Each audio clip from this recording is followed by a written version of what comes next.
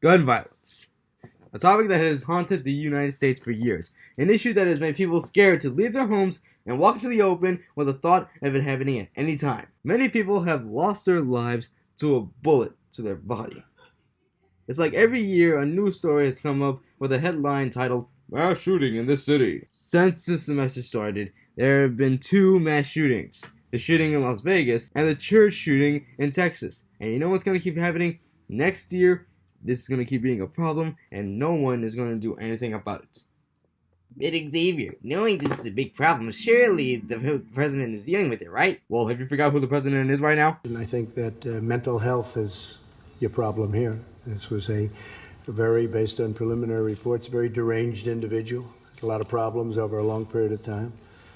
We have a lot of mental health problems in our country, as do other countries.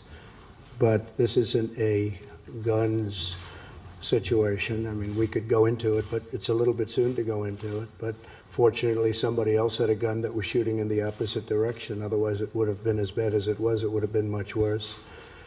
But this is a mental health problem. As you would expect, Donald Trump isn't helping at all with the situation. He's thinking of it as a mental health problem. Oh, okay, so basically you're saying, we shouldn't worry about this, folks. It'll blow over soon. Yeah, not until it happens to you. And why aren't the police doing anything about this? I mean, it is obviously a bad idea to have people own guns. I mean, did you see what happened to Columbine? Even in elementary schools, there are shootings. I mean, look what happened to Sandy Hook. We can't move on to this. They were children. Apparently, it doesn't take one person to tell you we need to stop. No. Here's what these people think need to stop. The fundamental problem to preventing mass violence is that different people have different pieces of the puzzle in their view. So one person will see, someone who's really angry. So one person will see someone buying a lot of weapons. One person will see them acting out in different ways. And so the best way to prevent, I think, is to create ways and tools to collectively organize that information and give people help before they become violent.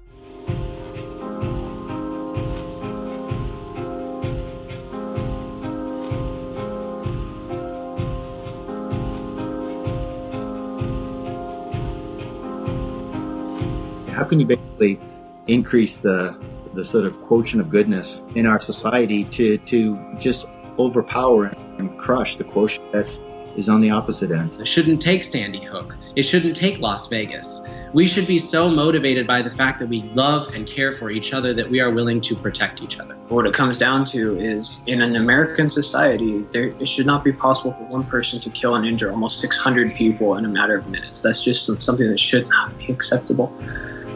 You see that? It shouldn't take a certain number of shootings to finally do something. Something should have been done a long time ago. And Trump, if you think gun violence, if you view mass shootings, if you think thousands of people getting killed is a mental health problem, then you deserve to be impeached.